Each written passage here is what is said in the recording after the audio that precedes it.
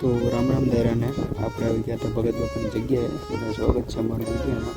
એ બધા ઘણા સમય પછી વિડીયો, તો તમે થોડુંક જોઈ લો વિડીયો, ભાઈ જોઈ લો. કરો ગોવારે અમારો આવી ગયો પાછો.